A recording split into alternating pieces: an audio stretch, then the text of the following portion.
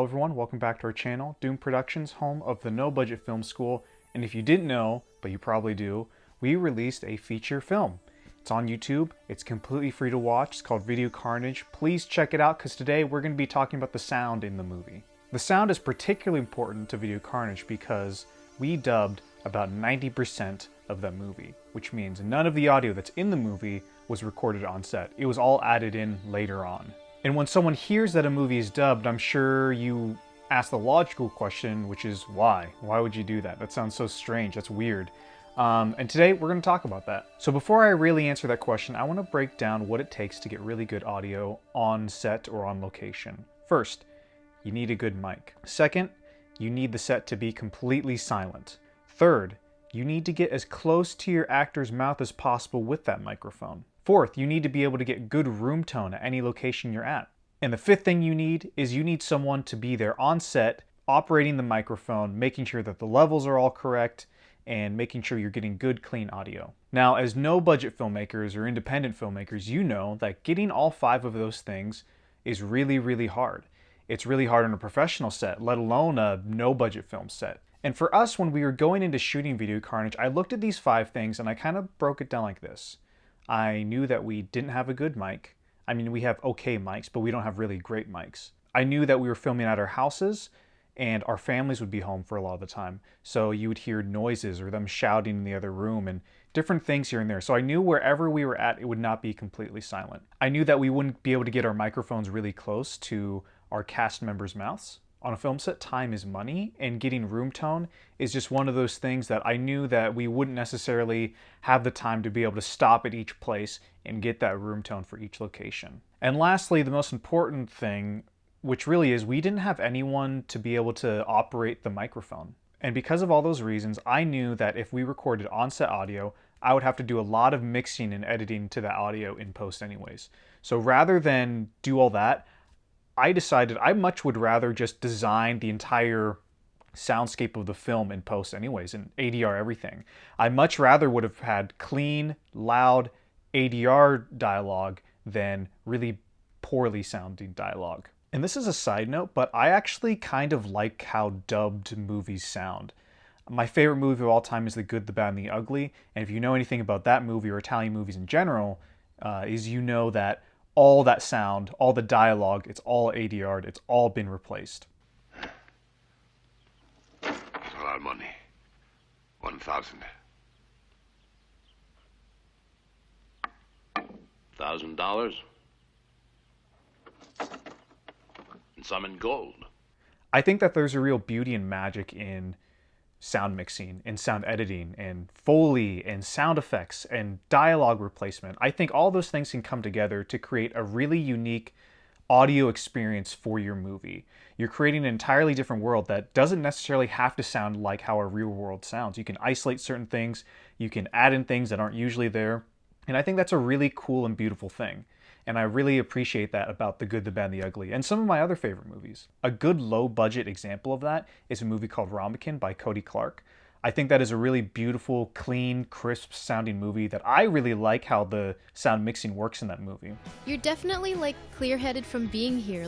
Something's flowing through you. Does that make sense? Totally. If you haven't seen it, check it out. And I know that Cody is currently crowdfunding a sequel for Ramekin. So if you haven't seen that, be sure to donate. So now back to Video Carnage. So the plan was we were going to shoot the movie in 2 to 3 weeks.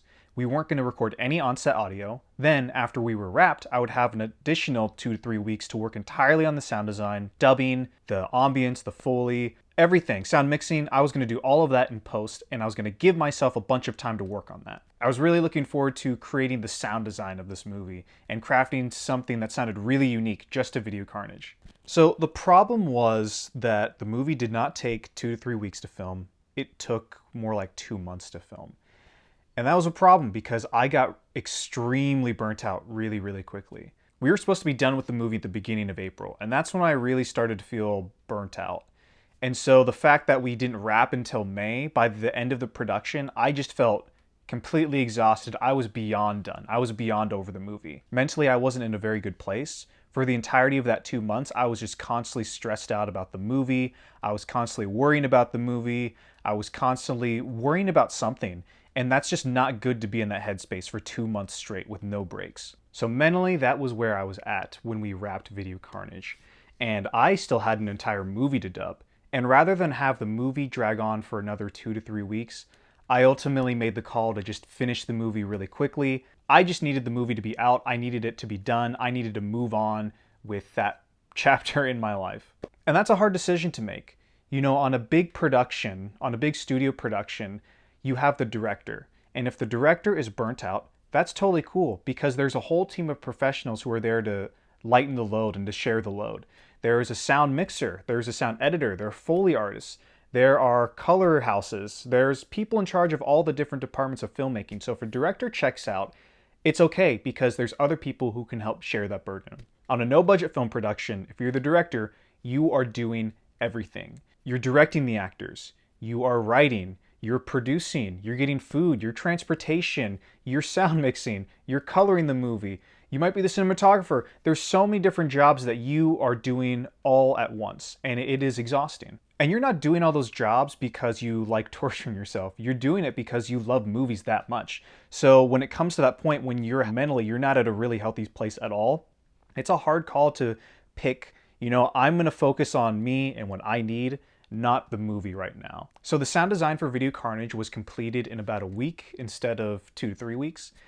The cast members just came here. We recorded it on my Zoom recorder with a lavalier mic.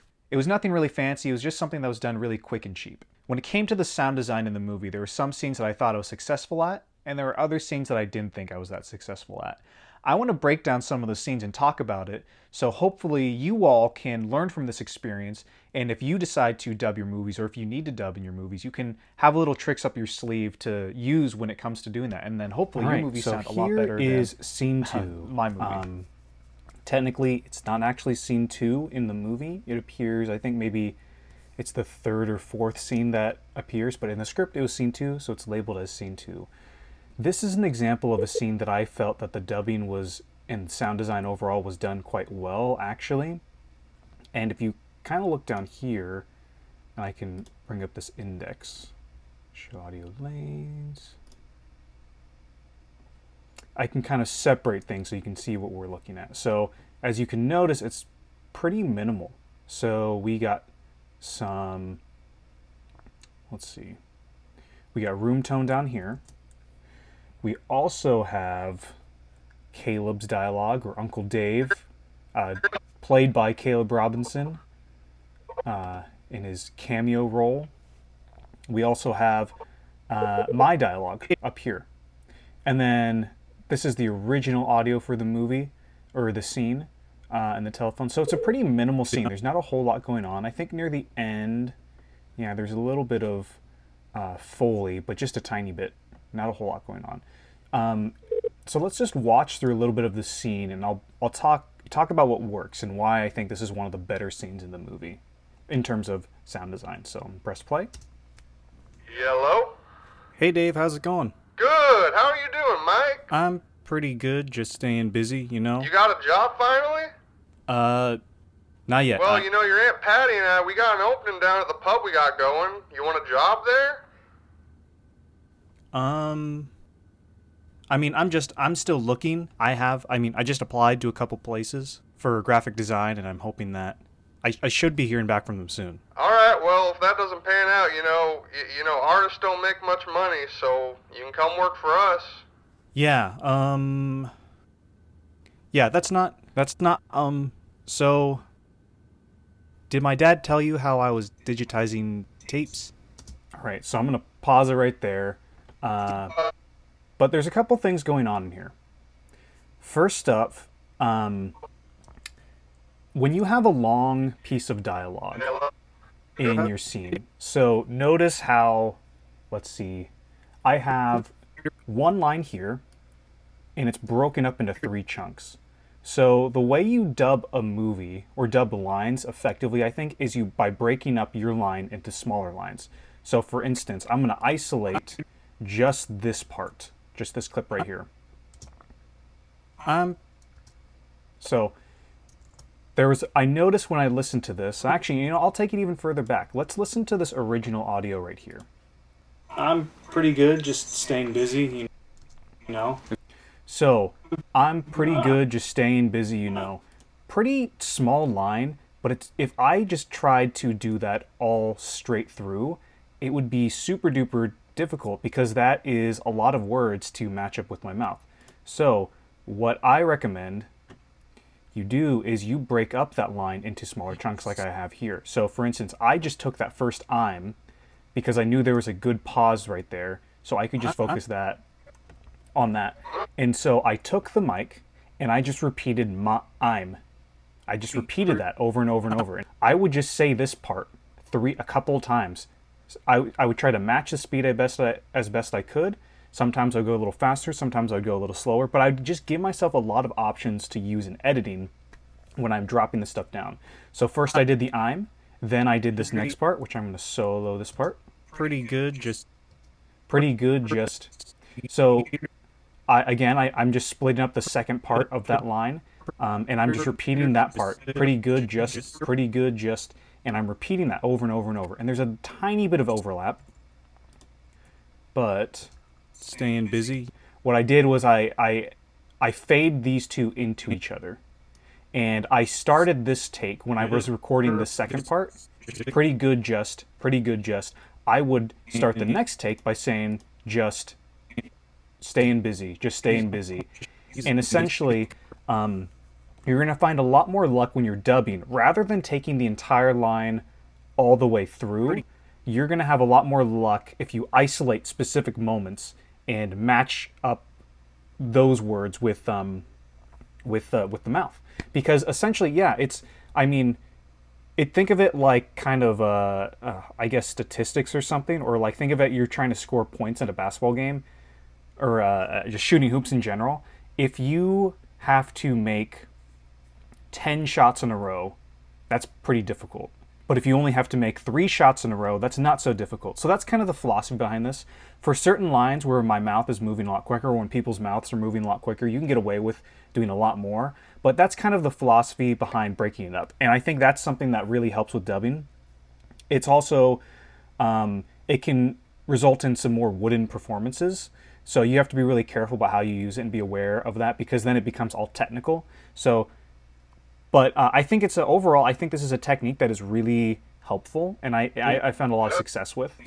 And as you see, you want to minimize, taking us back, you want to minimize this overlap, because that overlap is kind of tricky to do. But if you notice, if you look at the scene, there's not a ton of overlap. There's a couple things here and there, but there's not there's actually a space there, and there's actually a space there. So those aren't actually overlapping. But you don't want to have overlapping dialogue. And if you look at the scene, everything for the most part is matched up. For the most part, with what I'm saying. Now, Did my dad tell you how I was digitizing tapes? yeah, let's take that section, actually. So another good thing, what works about this scene, why I think the dubbing works, is you'll notice there's a pretty harsh, maybe not harsh, it's a pretty dark shadow on the side of my face. So I'm obscured, my mouth is obscured for the most part by this shadow. It's pretty dark. So when your mouth, and also it's not a super big close-up. So when your mouth is further away from the camera and when it's concealed slightly by the shadow, it's easier to get away with, things that aren't as consistent with your dubbing. And so I think that's another thing that adds to the scene. So if you know you're going to dub a scene, use some harsh lighting, use some strong shadows, and that'll definitely help you out in the long run. When you dub a movie, again, let's listen to what the OG audio says. Did my dad tell you how I was digitizing tapes? So, did my dad tell you that I was digitizing tapes? So, you'll notice that...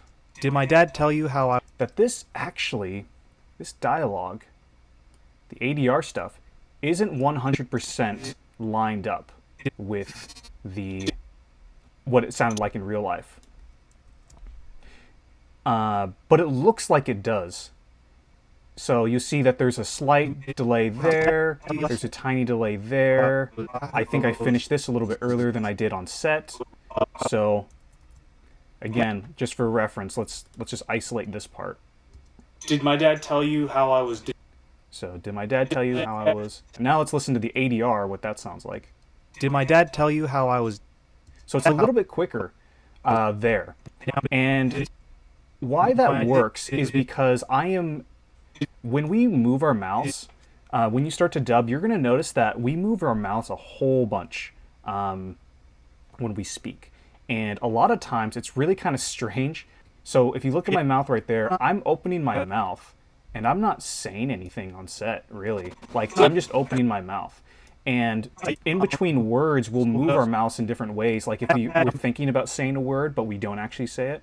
My point being, humans make a lot of weird motions with their lips. But the key to dubbing, I think, is matching up those big movements. So this line is... Did my dad tell you how I was digitized? So, did my dad tell you how I was... So, did. Your mouth is making a specific shape. Now, obviously, you know, it's hard to explain, but when you know, if you look at lips closely, it's pretty easy to tell when someone is making a D noise and when someone's making a P noise, right? The P has the closed lips, the D has the open mouth, and I'm not a linguistic person, so I can't describe it very well. So I'm matching up the did. Did my dad tell? So it did my. So I'm finding the D and I'm matching that up with the did in the dubbed, and I'm finding the M noise. My dad tell? Right. So if I move that a little bit to this way. Did my dad tell you how I was? Now it actually kind of plays a little bit well. It's not that noticeable if I do Did it my like dad that, tell you? but it's always better to just look for those big movements with your mouth and try to match those. Don't match with what you are actually saying. Match with the big movements in your lips. Another example right here. Tell you how I was. Did you how I was? Notice how my lips never actually touch together when I'm saying this part. How I was, right? So I could say how I was at varying speeds, and it's gonna, or different places, and it's gonna sound pretty close because we don't have those visual cues of when our lips touch together necessarily. Tell you how I was See how I was. Tell you how I was. That actually kind of works in the scene because again, the how I was, all of those words together, our mouth is open for all of that. So the words, don't matter so much how it's blended together or matched up with what I said on the day. So, did my dad tell you how I was? Again, it's a little bit different than how I said it on the day, but ultimately I matched up with those big mouth movements. And it works. It works. Another thing, now this isn't necessarily in this scene, but another thing that will help you when you dub is you can put music. So right now, I did the thing of this scene just has room tone, and if the dubbing's really sucked in this scene, you would have really noticed it, because there's just room tone. So all you're focusing on is the voice, but a way you can get around that is like filling up your scene with lots of sound effects and music, so your voice is mixed in and blended together with other stuff in the scene. But obviously there's none of that in this scene, really. But yeah, I think that's everything for this scene. A little side note here, which I've been waiting to shit. No one has pointed this out, not even Ethan, but there is a fade right here. So when Caleb sent me his audio, it was just a little bit too quick and there was a big long pause. So these are actually, let's see if I'll delete that and then I'll put it, oh shoot, what did I do? Oops. There it is, okay. On a job there? See that? So I ended up luckily I didn't move positions too much in the scene and I was able to just add a fade to close that gap. And that's just a little fun editing thing that I know and I notice every time I see the movie, and now hopefully you do too. But yeah, that's a scene that I think where the dubbing, I achieved what I was going for. Now, that's my personal taste. You might not like how the sound sounds, how the dialogue sounds in this scene, but I'm actually pretty happy with it. And by that point, it's a matter of taste. And I think that's the most important thing when you're making a movie. Doesn't matter if everybody tells you something sucks or is bad, as long as you, the artist, are happy. So that brings us to a scene that I didn't think that the dubbing and the sound design was super duper successful. This is scene, as you can see, this is scene 97 through 101. They're all kind of blended together because some of these scenes I just ended up grouping together because I wanted the sound to transition into the following scene in specific ways. So I'm going to focus in on the car scene right here. And I think the main problem with this scene, again, this is a very minimal scene. There's not a lot of music because it's the car scene. It's not anything before or after, but it's this car scene right here. And you know, let's just watch through it, just a little bit of it, just so you can get an idea. And I'll be sure to highlight certain things.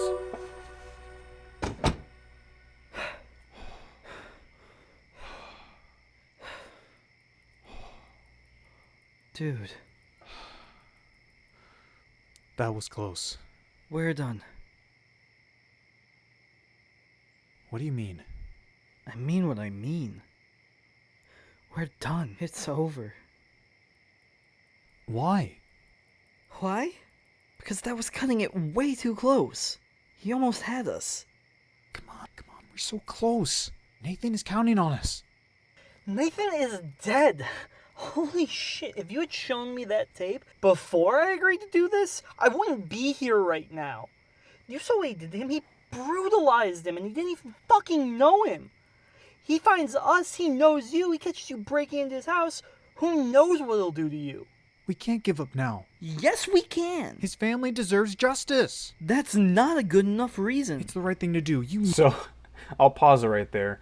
Audio-wise, so I think for the most part, this first thing starts off okay. Sounds fine.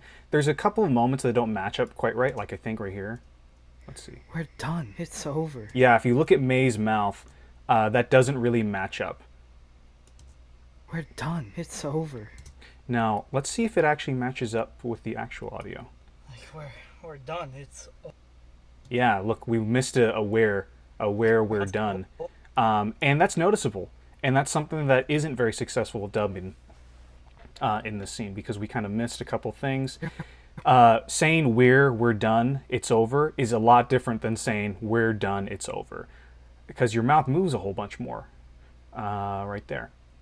And so there's a couple things, but overall the quality of the sound I'm okay with right here in the section. Where we run into trouble. Now, this was a choice. And this is a downside to dubbing sometimes, is the performances sometimes suffer. And in this case, we got the audio from May dubbed the scene, but ultimately I was just feeling that their performance on the day of was actually a whole lot better than the dubbed stuff. Now May was great at dubbing. May actually was one of the... When they came in, I was surprised at how good they were at dubbing everything. But there was a couple of moments where, as good as they were dubbing, the on-set audio was just that much better. And luckily, I think we just had a Zoom recorder on this day right here for whatever reason. And so, thankfully, we had a Zoom recorder going. And for a couple of moments in the scene, so right here, pretty much when they're giving me like, I'm done, it's over talk, that's the on-set stuff. Now, I finessed it best I could and tried to get it to match.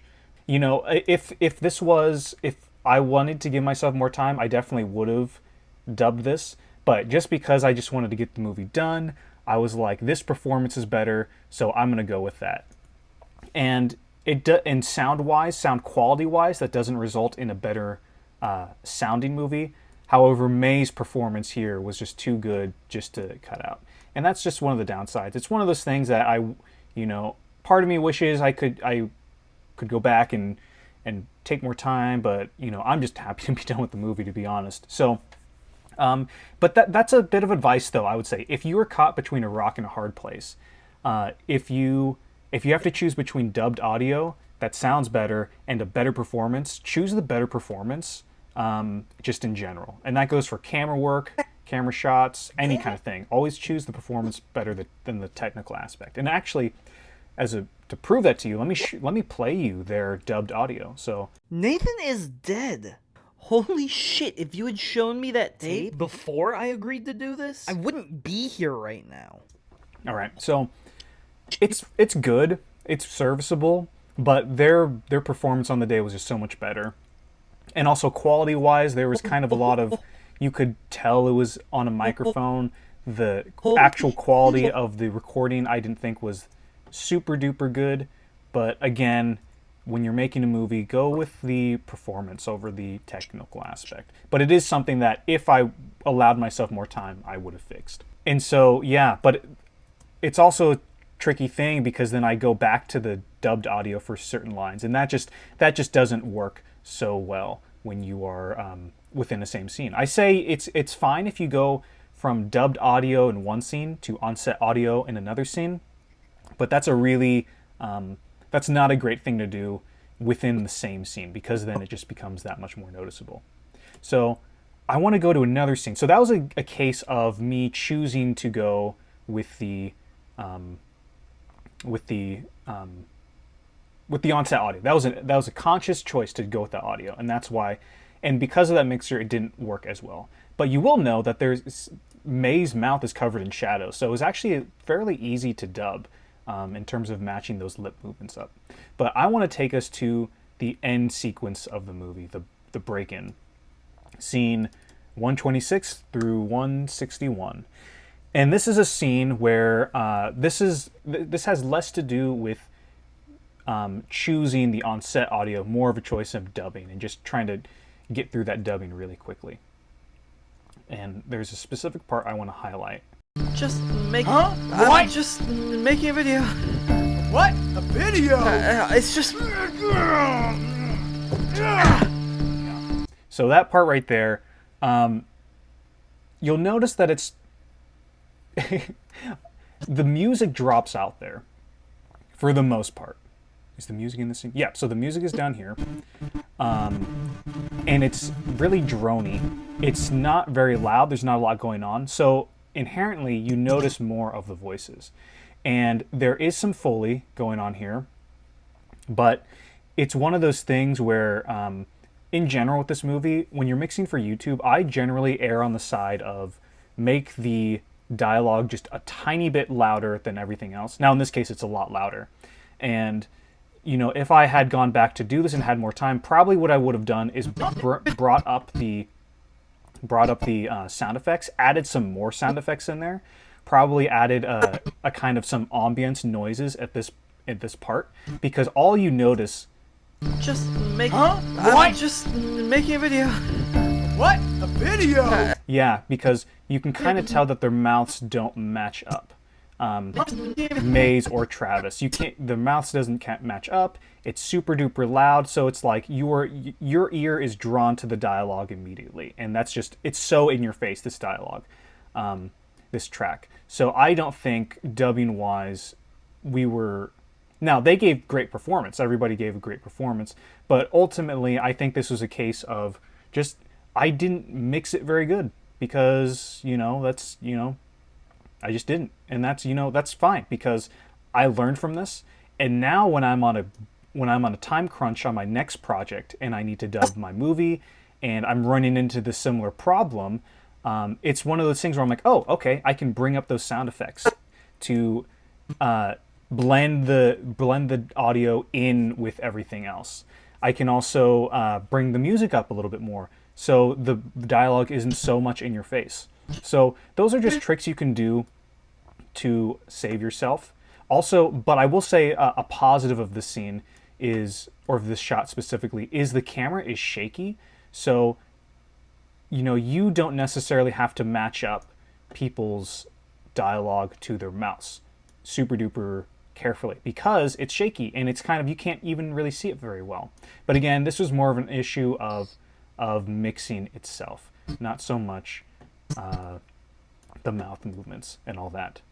So yeah, there's some other things that I could talk about with this whole end sequence, but But I think that's the main takeaway if you're going to look at this scene, is that when you're editing a scene, you want to be able to, especially with a scene that's really big like this, you want to be able to blend that audio in and not make the dialogue be all in your face. Now, some scenes that's good to do that, but for this moment, I think it would have been better to blend the voices with the surrounding scenes. Maybe add some a little bit of reverb on their voices and all that kind of stuff for the scene, and that's what would have helped this scene in particular.